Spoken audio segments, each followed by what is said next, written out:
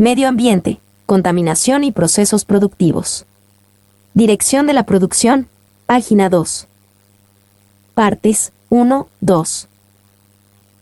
Se distinguen tres tipos básicos de biodiversidad: diversidad de especies, diversidad genética y diversidad de ecosistemas.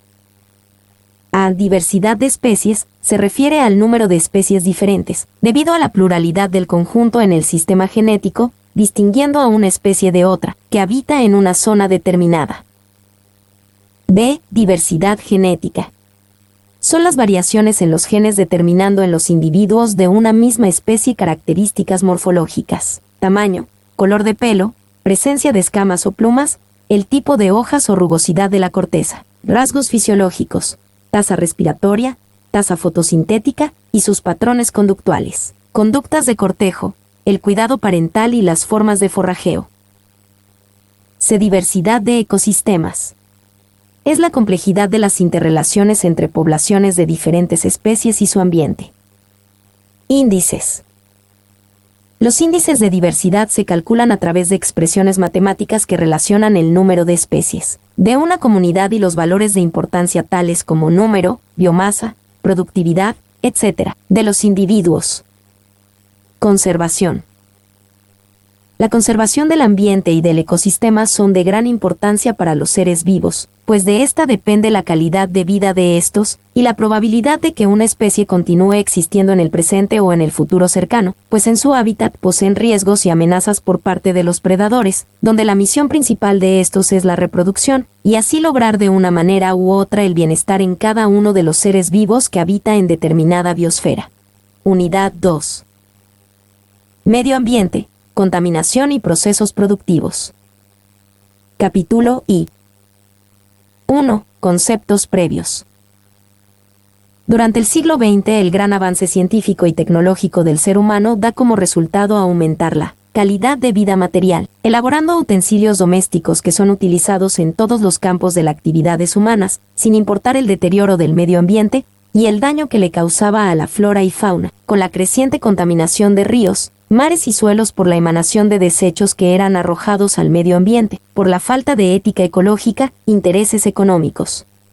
Consumismo, desinterés e ignorancia llevaron al individuo a bajar la verdadera calidad de vida, con posibles incrementos en el deterioro de la salud por el ambiente contaminado y por consumir vegetales y animales que a su vez se han alimentado en un ambiente deteriorado por no haber promovido e implementado un desarrollo sustentable en base a la ética y los valores. Situación mundial del medio ambiente. El manejo del medio ambiente y los recursos naturales es crucial para el crecimiento económico y el bienestar humano. Los recursos naturales renovables regulan el aire, el agua y el suelo de los que dependen los organismos. La problemática ambiental hoy día tiene una dimensión global, involucra a todo el planeta, que habla permanentemente de su contaminación general, que afecta a todos los ecosistemas del planeta, deteriorándolo y con el pasar de los tiempos llevarlo a su destrucción.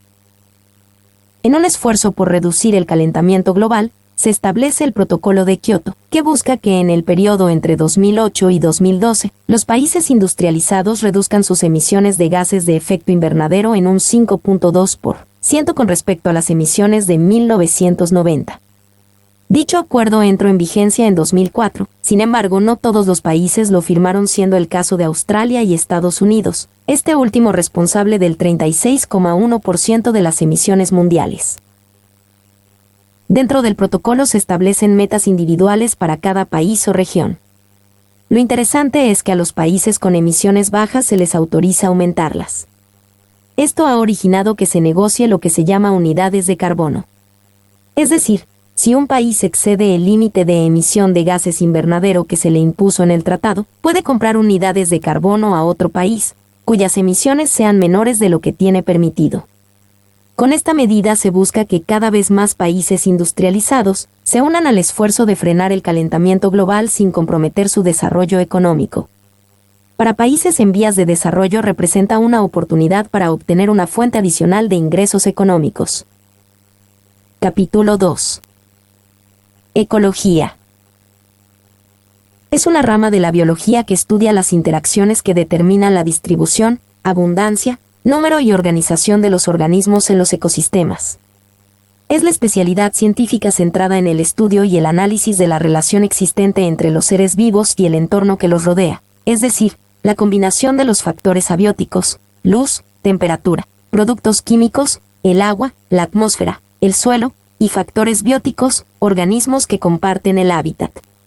Asimismo, en el ambiente se incluyen las propiedades físicas y químicas que pueden ser descritas como la suma de factores abióticos locales, el clima y la geología, ya que los ecosistemas están compuestos de partes que interactúan dinámicamente entre ellos junto con los organismos, las comunidades que integran y también los componentes no vivos de su entorno. Ecología de poblaciones. Es una rama de la demografía que estudia las poblaciones formadas por los organismos de una misma especie desde el punto de vista de su tamaño, número de individuos, estructura, sexo y edad, y dinámica, variación en el tiempo. Comunidades y ecosistemas. Las comunidades es el conjunto de organismos de todas las especies que coexisten en un espacio definido llamado biotopo, que ofrece las condiciones ambientales necesarias para su supervivencia. Los ecosistemas es el conjunto de biocenosis que se relacionan entre sí, en función del medio físico en el que se desarrollan. Ecosistemas acuáticos. Son cuerpos de aguas saladas, océanos y mares, y de aguas dulces. Ver anexo número 2, donde sus componentes vivos, vegetales y animales conviven y se desarrollan en las mismas. Los animales y las plantas que viven en alguno de estos dos tipos de ecosistemas cuentan con naturales características que les permitirán subsistir en las condiciones que priman en los mencionados ecosistemas de agua. Océanos, gran extensión de agua en el planeta, conformando la mayor parte de la superficie del planeta. Se clasifican en 3 grandes océanos, Atlántico, Índico y Pacífico, y 2 menores, Ártico y Antártico, delimitados parcialmente por la forma de los continentes y archipiélagos. Mares, masa de agua salada de tamaño menor que el océano. El término mar se utiliza para designar algunos lagos salobres, como el mar Caspio, el mar Muerto o el mar Aral. Los mares se diferencian principalmente por el contacto con el océano, pudiendo ser abiertos o cerrados. Si está rodeado casi totalmente por tierra, como el mar Negro, se habla de mar continental, mientras que si está muy abierto, como el mar de la China, se habla de mar litoral. Lagos, cuerpos de agua dulce alimentados por uno o varios ríos aguas arriba, ya sea por afloramiento o por glaciares. El agua se drena de forma natural, principalmente por un río llamado emisario o también por evaporación. Los lagos son una importante reserva de agua dulce utilizada por los seres humanos para el riego de cultivos, como fuente de agua potable, y en algunos casos para producir energía eléctrica. Ríos, corriente natural de agua que fluye con continuidad, posee un caudal determinado, que termina o desemboca en el mar, en un lago o en otro río, cuyo caso se denomina afluente. Otras veces las aguas desembocan en zonas desérticas donde sus aguas se pierden por infiltración y evaporación, por las intensas temperaturas. Arroyos, corriente natural de agua que fluye normalmente, pero a diferencia de un río tiene escaso caudal, que puede incluso desaparecer en la estación seca, verano o invierno, dependiendo de la temporada de lluvia para su existencia. Se trata de un cuerpo de agua que da hogar a un importante número de especies animales. En los bosques lluviosos suele albergar a varias especies de insectos, algunos anfibios y peces, sirviendo también como fuente de agua para muchos individuos terrestres. Lagunas, depósitos naturales de aguas que están separados del mar por un estrecho cordón de tierra y caracterizada por aguas salobres y mareas. Ecosistemas terrestres. Es el conjunto de organismos vivos, flora, fauna, microorganismos, donde estos conviven, se desarrollan en un ambiente físico y están distribuidos de manera irregular en todo el globo terráqueo. Dependiendo de los factores ambientales y biológicos, se enumeran 6 grandes tipos de ecosistemas terrestres.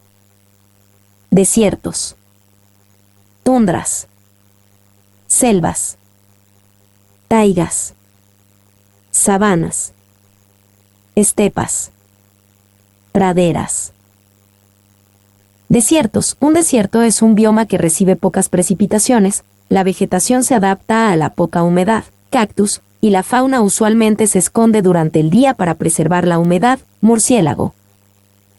El establecimiento de grupos sociales en los desiertos es complicado y requiere de una importante adaptación a las condiciones extremas que en ellos imperan.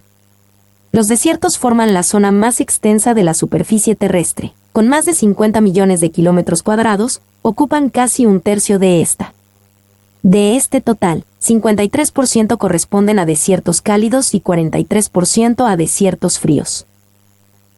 El Ecuador tiene dos zonas desérticas, Palmira, 111 km2 y El Oro, con 186 km2, y tres zonas en peligro de desertificación, la península de Santa Elena, Manabí y varios sectores de la región andina. Tundras. Bioma carente de árboles con espectaculares cambios estacionales que se extiende por las latitudes circumpolares de la Tierra, es decir, más allá de las regiones donde pueden crecer los bosques. La ausencia de árboles y la presencia de una capa continua de permafrost se pueden considerar como las dos principales características distintivas del bioma de la tundra. Selvas. Bosques lluviosos que se caracterizan principalmente por albergar árboles de gran altura y una extensa cantidad de especies de fauna y flora. Tiene los hábitats más importantes del planeta, lo que la hace el bioma con mayor biodiversidad. Taigas son biomas con inviernos largos y fríos, con fuertes nevadas en los meses de inviernos. Sus veranos son cortos, con climas húmedos y lluviosos en esta época. Representan más de un tercio de la superficie forestal de nuestro planeta, encontrándose en áreas de América del Norte y Eurasia. Resulta poco alterado por la acción humana, ya que los suelos no son aptos para el desarrollo de la agricultura, la calidad del suelo es pobre, carecen de los nutrientes esenciales para soportar a los árboles grandes. En esta zona el suelo es muy delgado debido al clima frío. Normalmente las hojas que caen de los árboles son un tipo de fertilizante natural que puede ser muy beneficioso para el suelo. Sin embargo, las coníferas de hoja perenne tienen ácido en sus hojas y en ende deterioran la calidad del suelo en esas áreas. La temperatura media de la taiga se sitúa entre los 0 grados centígrados y los 5 grados centígrados. Las precipitaciones en la taiga son escasas, entre 160 y 320 milímetros anuales. La explotación maderera y la caza de mamíferos ocasionan los mayores perjuicios a este bioma. Sabanas, espacios geográficos que se encuentran ubicadas en zonas tropicales y subtropicales, se caracterizan por tener área de hierbas y arbustos bajos en la cual la vegetación no abunda o es de baja altura. El clima es por lo general seco, con estaciones cálidas y calurosas, pero también con amplitud térmica, considerándose como zona seca de transición entre selvas y semidesiertos. Los animales no cuentan con muchos espacios para protegerse de sus depredadores, debido a la falta de vegetación. Es por esto que la mayor parte de mamíferos herbívoros, presas de felinos y otros animales, se aglomeran en manadas con el fin de minimizar las agresiones y los posibles ataques de sus depredadores. La sabana es característica de algunas regiones del planeta, especialmente en diferentes partes de África, donde los territorios naturales se mantienen y donde encontramos gran parte de los animales salvajes más reconocidos, tales como la jirafa, el elefante, los búfalos y los grandes felinos. Estepas son biomas propios del clima seco de latitudes medias. Es una formación vegetal en la que predominan las gramíneas y escasean los árboles debido a las pocas lluvias, ya que el agua es uno de los factores responsables del desarrollo de los suelos. Comprende territorios llanos y muy extensos, con climas semiáridos y continentales, menor humedad, donde el suelo contiene muchos minerales y poca materia orgánica, por lo común menos que en las praderas. Son suelos duros y de color rojizo. Las temperaturas pueden ser muy altas en verano y muy bajas en invierno, a las cuales se suma la amplitud térmica que se experimenta entre el día y la noche, elemento característico de los climas áridos y semiáridos. Su vegetación es de poca altura y su composición casi mayoritariamente herbácea o a partir de arbustos. Son lugares con poca fauna. Ejemplos de animales adaptadas a este medio son águilas, algunos tipos de caballos salvajes, canguros, roedores, entre otros. Praderas. Ecosistema que se encuentra principalmente en las zonas templadas del planeta, considerada como uno de los ecosistemas más accesibles para el hábitat del ser humano por su clima. Cuenta con espacios llanos, vegetación relativamente baja y controlada, con climas templados y con una belleza indescriptible. Su fauna comprende roedores, armadillos, coyotes, entre otros. Capítulo 3. Tratamiento de aguas residuales. El tratamiento de aguas residuales consiste en una serie de procesos físicos, químicos y biológicos que tiene como fin eliminar los contaminantes físicos, químicos y biológicos presentes en el agua efluente del uso humano. 3.1 Parámetros de caracterización. Parámetros que intervienen no solo en la calidad de las aguas, sino en el mantenimiento de la instalación. Pretratamiento.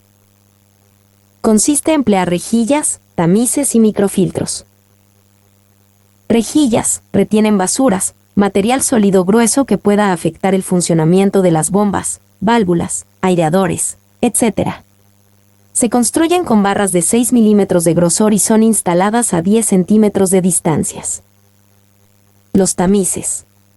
Se instalan después de las rejillas con aberturas menores para remover un porcentaje más alto de sólidos, con el fin de evitar atascamiento de tuberías. Tiene una inclinación particular que deja correr el agua y hace deslizar los desechos por fuera de la malla. Los microfiltros son planillas giratorias plásticas o de acero, por las cuales circula el agua y recogen los desechos y las basuras en su interior. Tratamiento primario. Mediante el tratamiento físico se dejan asentar por gravedad los sólidos en suspensión.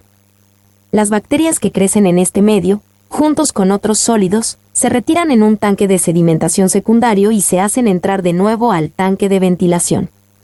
Se retiran alrededor de 60 a 65% de sólidos sedimentables y de 30 a 35% de sólidos suspendidos. En el tratamiento químico se le añade sustancias químicas que permita la coagulación de los desechos, la neutralización del pH y la eliminación de contaminantes volátiles como el amoníaco. Tratamiento secundario. Se trata de eliminar desechos y sustancias que con la sedimentación no se eliminaron. Se utilizan bacterias aerobias que digieren la materia orgánica que llevan las aguas, porque a los tanques se le adapta sistema de burbujeo o agitación que garantizan condiciones aerobias para el crecimiento de estas bacterias. Posteriormente se conduce el líquido a tanques cilíndricos, con sección en forma de cono. Para la decantación de los lodos, el agua que sale contendrá menos impurezas. Tratamiento terciario. Consiste en procesos físicos y químicos especiales con los que se consigue limpiar las aguas de contaminantes concretos: fósforo, nitrógeno, minerales, metales pesados, virus, compuestos orgánicos, etc. Una mejor posibilidad consiste en agregar uno o más estanques en serie a una planta de tratamiento convencional, de modo que se puedan emplear los efluentes para el riego de cultivos o zonas verdes y en acuicultura. Desinfección. Proceso físico o químico que mata o inactiva agentes patógenos, bacterias, virus y protozoos, impidiéndole su crecimiento. Plantas de tratamiento. Son estructuras artificiales donde se propicia el desarrollo controlado de un proceso natural que permite reducir, a niveles convenientes, el contenido de materia orgánica y de sustancias de carácter físico, químico y biológico, para disminuir la contaminación de las aguas residuales domésticas antes de su descarga al medio natural, para favorecer la recuperación y conservación de la calidad de las aguas de las fuentes receptoras.